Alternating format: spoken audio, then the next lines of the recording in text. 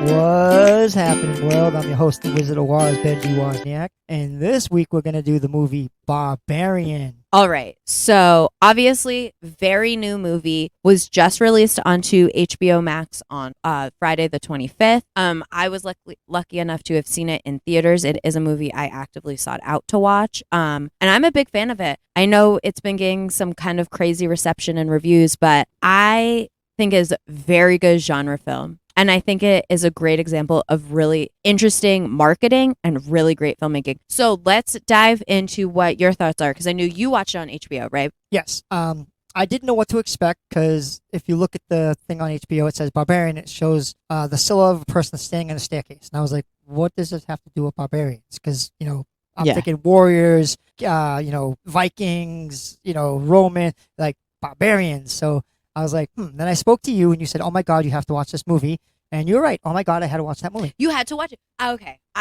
If you know if you listened to our last episode, Hellraiser, I was very excited. I am slightly more excited for this one. How could I be? I don't know. I have a lot to say though. So what I love first about this movie is I saw the trailers, right? And the trailer doesn't give a lot away. It feels like it's a very average spooky movie. And then when you dive into it, it is not that at all. Right. Oh, I thought you were going to say something. I will keep going. So when I was sitting there, and this is a movie I've tried so hard not to spoil because I think the twists alone are so good. When that 45-minute mark hits and the tone of the movie just switches, it's incredible to me. And I think what makes it so good is the marketing. The marketing was incredible. Everything was very tight-lipped. And then what made it so good, I think, is the casting.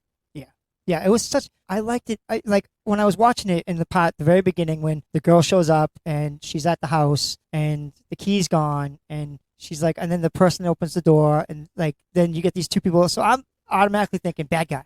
I'm like, this is the bad guy. But I was dead wrong.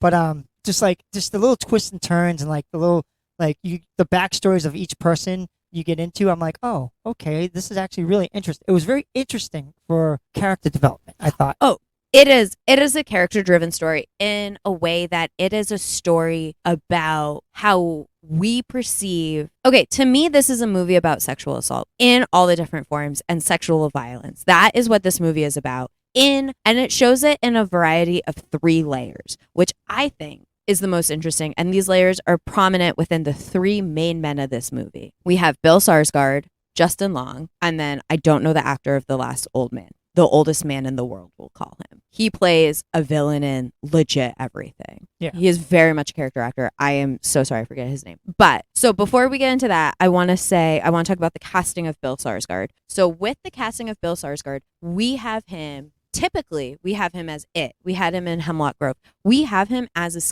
he's synonymous with scary movies. Robert Eggers is doing a Nosferatu movie. He's Nosferatu. Like, he is synonymous with being the bad guy, which I think, so to have him in the role he was in, I think was super interesting because you're on the edge of your seat for the first 45 minutes, like waiting for that other shoe to drop. It's like, what's happening?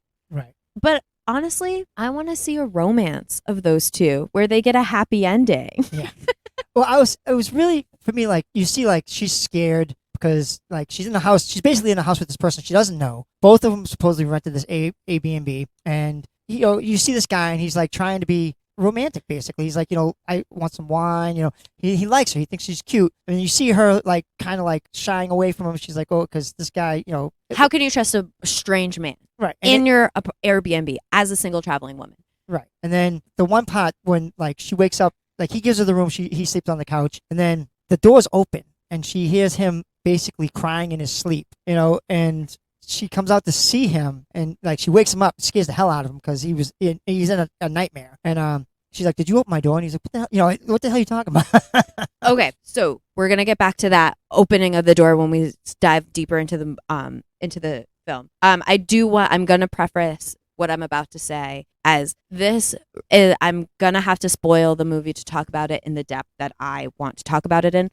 So stop the episode now. If you no, Not us. I'm telling the listener. No, don't I was hitting the button. us. I was hitting the button, people. I No. was like, she got something to say. No, I was going to say, stop the episode now if you haven't watched the movie and you want to be surprised by the twist. Stop the episode now. If not, keep listening and then watch the movie with open eyes. But after here, spoilers.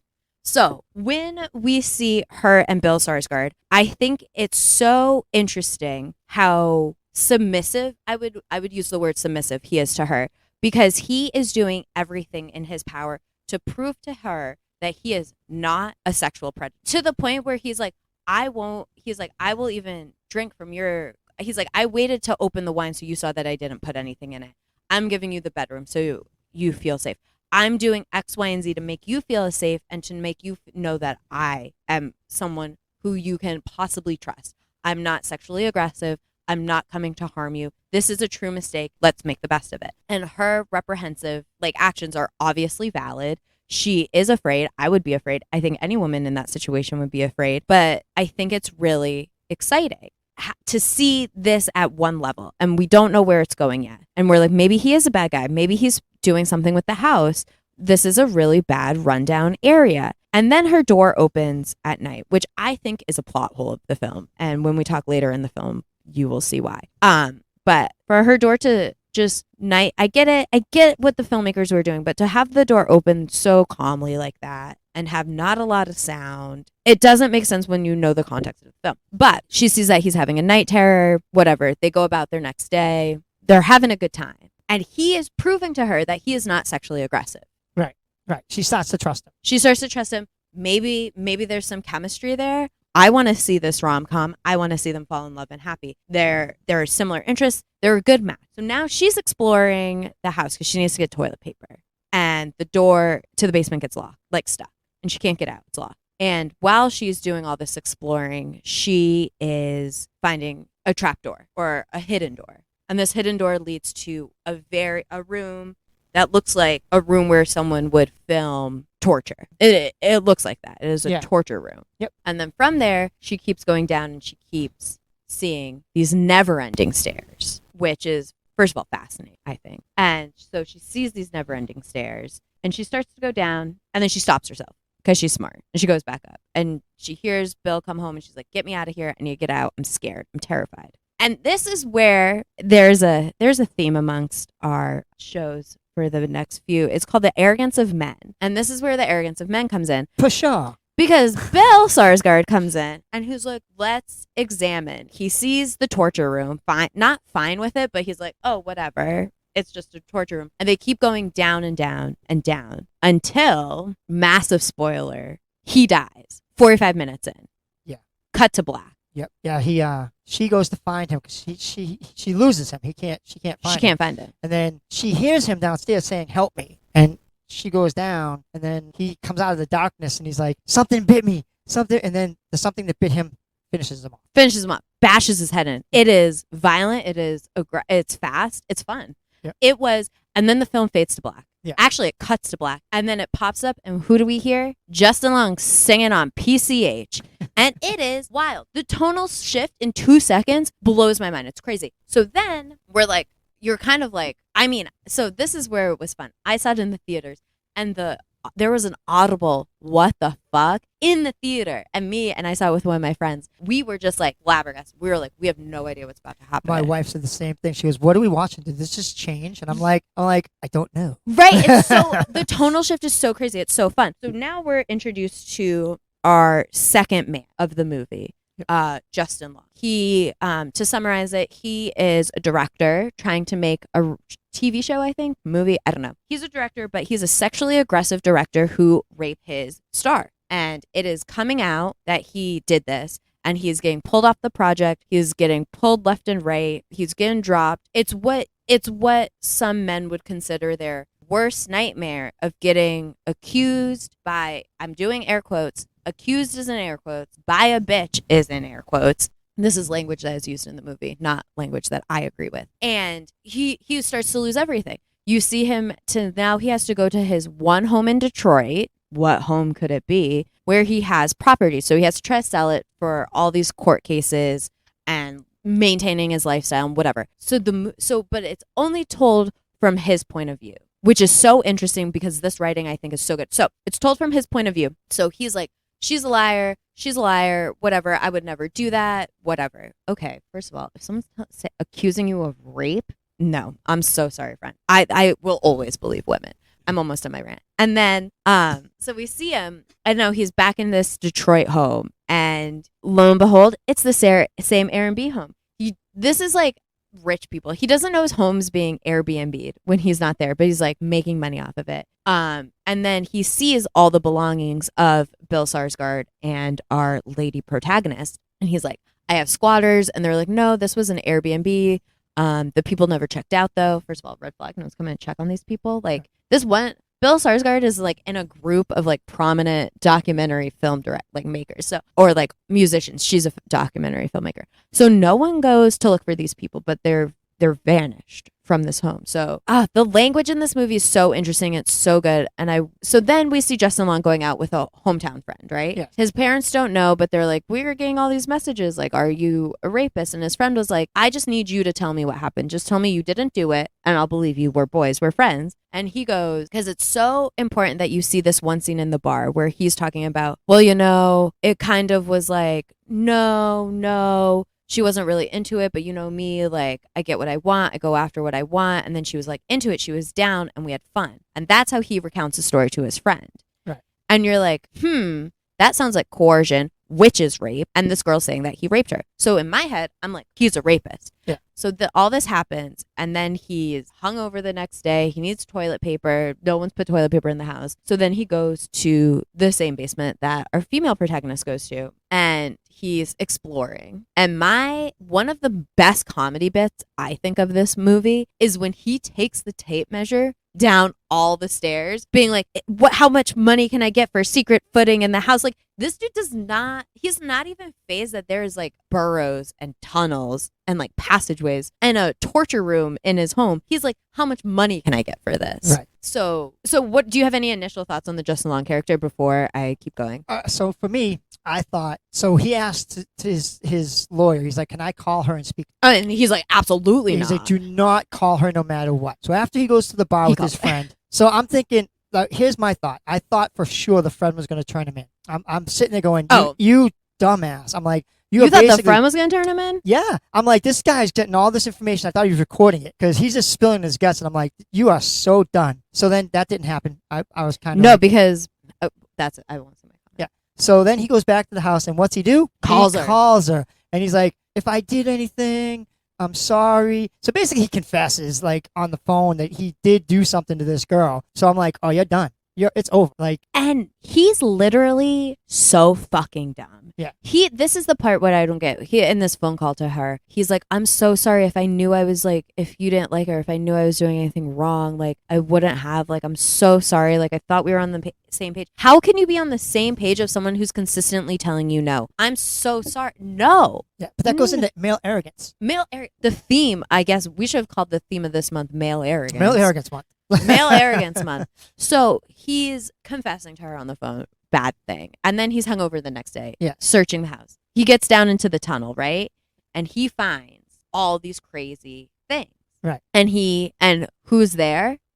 Our female protagonist from the beginning. Yep. Oh my God. So we meet them and they're trying to escape now. She's like, we're going to get out. I'm learning how to get out. We're going to get out of here. And then he's like going to go along with it. We meet our third man. Now, our third man is a time jump to the 70s, the original owner of the home. And he seems like he lives a pretty average life, right? Window, whatever. Turns out he's what we would call a serial rapist and an bad guy. So this dude is awful. Serial rapist, hunts women, tracks them, convinces them that he's safe. Like, this is like the epitome of what when we think of serial rapist and killer, this is what we're thinking of. Yes. This character is the embodiment of that. Yes. We then get the history that he tunneled out tunneled out the bottom of his home so he could rape and torture and keep these women. And then when they gave birth, he would rape and torture and keep the children of that. So it is like this long cycle of inbreeding and raping. And this is the epitome of evil, this one man. Yes. And like the the creature per se in this is one of the offspring of this Okay. guy. And what he does is he makes them watch these movies on how to raise children.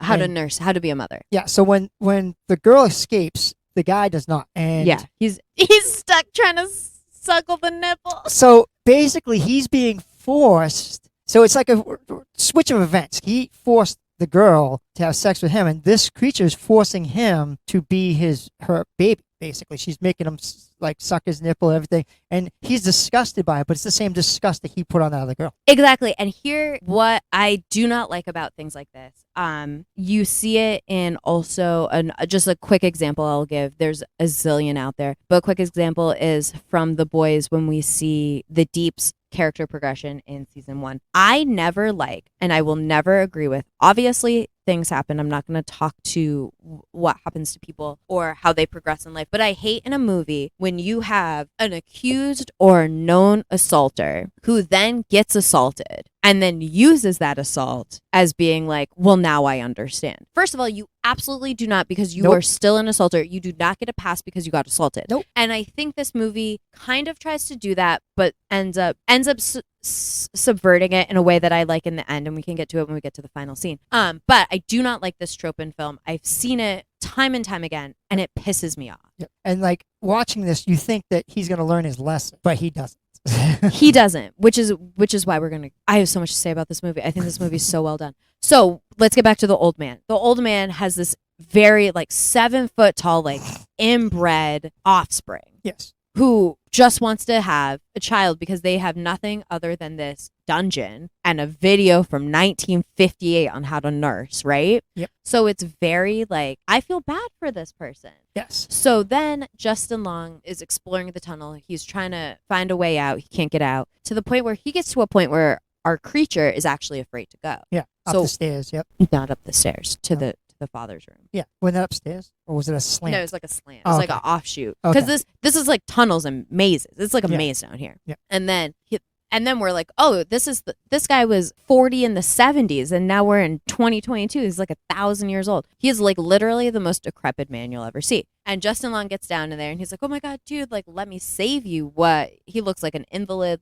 He looks like he's dying in this bed, which Right. he is. I mean, he's been down there for 40 years. Right. And then Justin Long, the guy's gesturing to him. He wants him to give him this table. He's like, I don't know what you want. Gets him the table, gets him the gun. This guy ends up, and then he gestures to all these videotapes, and the videotapes are from that one room that we had seen earlier in the beginning where he is raping and torturing and hurting these women. And then you can see it in Justin Long's face being like, okay, this is what I know as bad. This is what evil is. How could you do? How can you do this? How can you be this bad? I'm disgusted by you. We're going to call the cops. What the fuck? The old man shoots himself because he knows what's coming. Justin Long then, the girl comes back down to try and save him. Why are we saving these men? It does not make sense to me. Trying to go back down and save him, there is a huge battle between the two of them trying to get out against this creature, which is when we talked about the plot hole in the beginning. How could the creature so daintily and so stealthily creep through the house when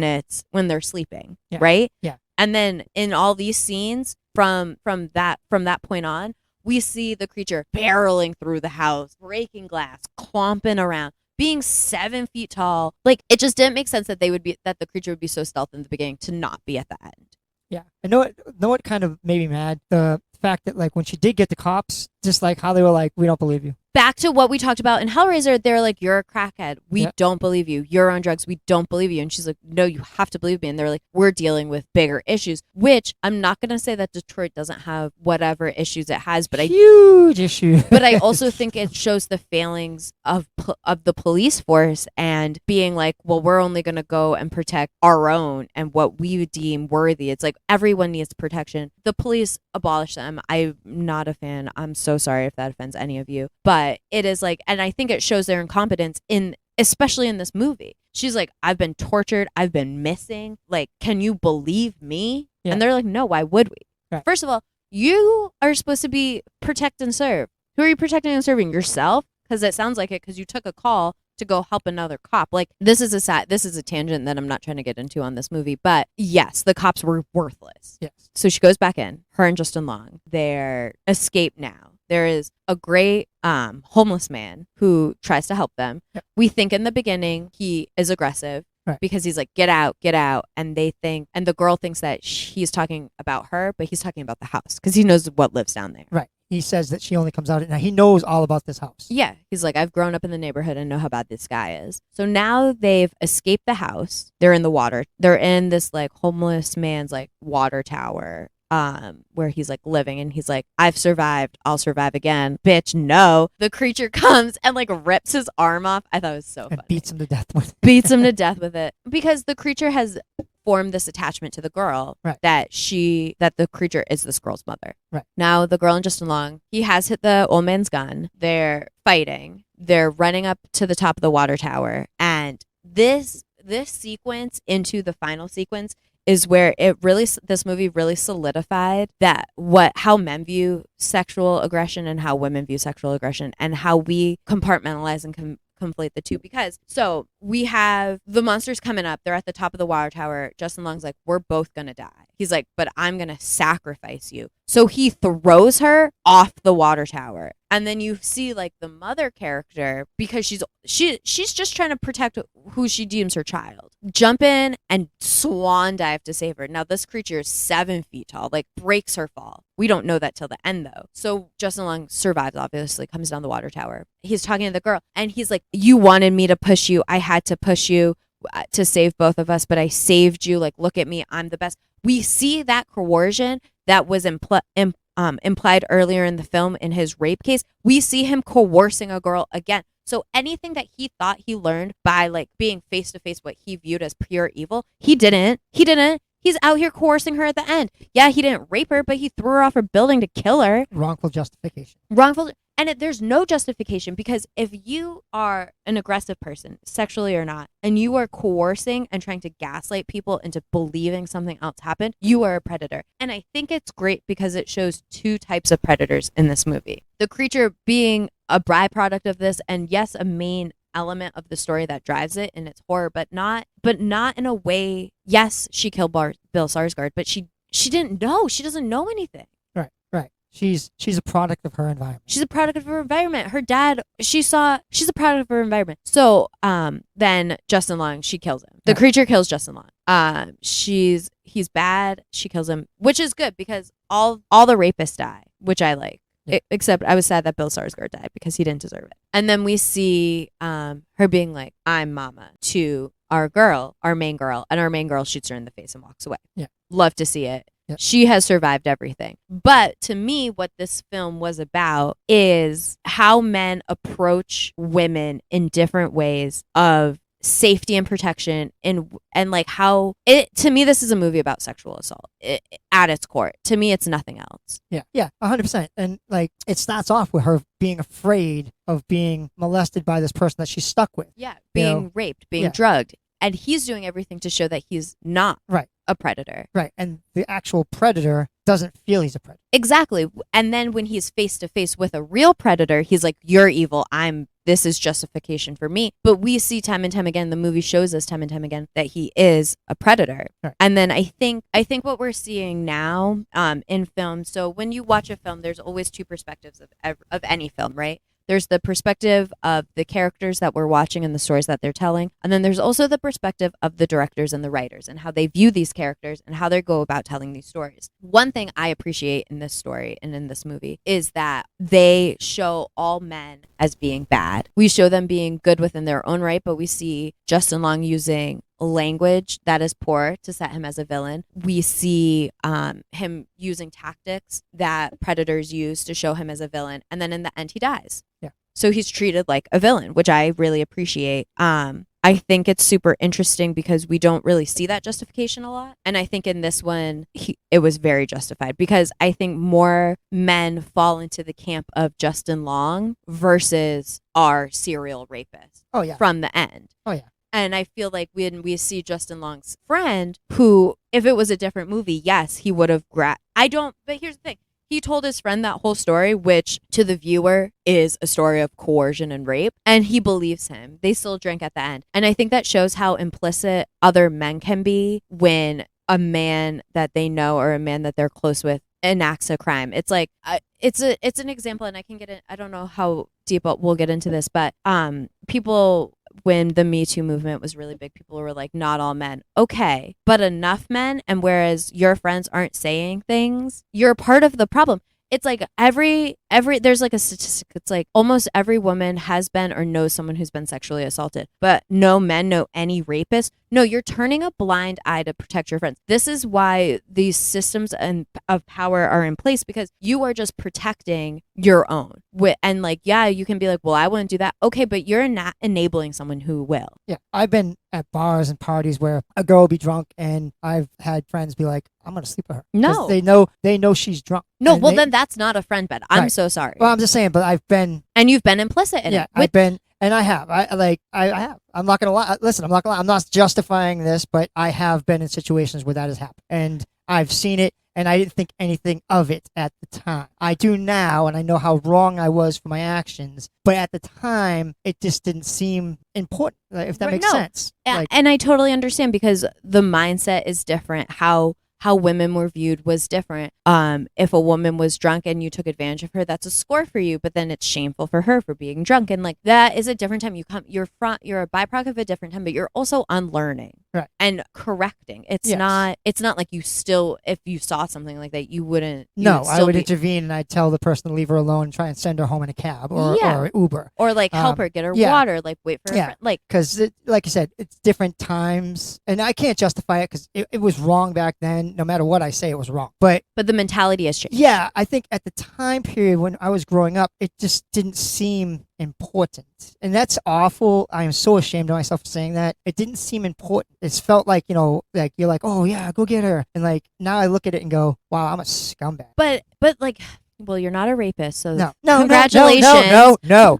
You're just an enabler. No, I'm just kidding. But what is important is that like you can unlearn those behaviors, and you can Yes. and you can see what wrong you did. And looking back at it, there's still the mentality that women are objects and they are here for men, and that is a big thing that women try to combat day to day. And I mean, it was a real thing. No one. And I bet any man would have a story just like that. Like, I don't think it's an anomaly for you to have that experience. Yeah, no, I'm sure it's not. What was it? Just recently, like some football players did that, Yeah. and it happens all the time because they're famous, they're popular. They got these girls come over, they get them drunk, and then basically Take advantage of them. And like numerous football players have been in trouble for that. Ezekiel Elliott, there's like 6 or 7 that I can name. Who's the one from the Browns that like was like sexually aggressive to massage therapists? Like Deshaun Watson. Deshaun Watson. Fuck you, dude. Honestly, whatever. I have no tolerance for it, and I have no time, because if you enable these people because they're good at their job, like, you're just allowing bad behavior. This is a tangent I didn't want to get on.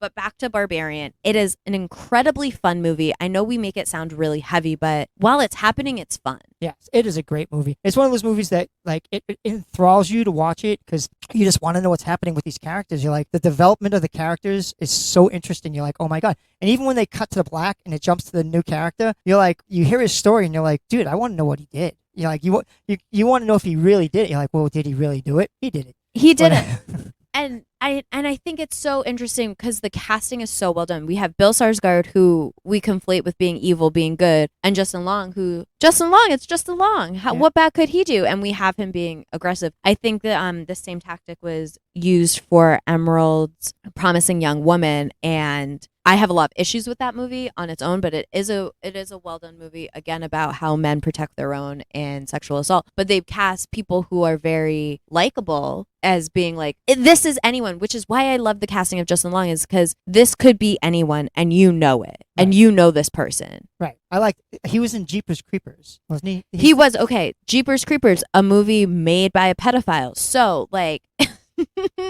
It's all layered. I haven't watched it since his allegations have come out, but that was a good Justin Long is a scream queen to his core, right? And it's a polar opposite of this character. Like in Jeepers Creepers, he's basically this really good guy that's trying to save his sister, and in this, he's not such a good guy. And then in Drag Me to Hell, he's a good guy. Yeah, he's a final girl, you guys. He is a final girl. Not in this movie. In this movie, he's a piece of shit. But I think he's such a good actor that I love this movie. I want everyone to watch it.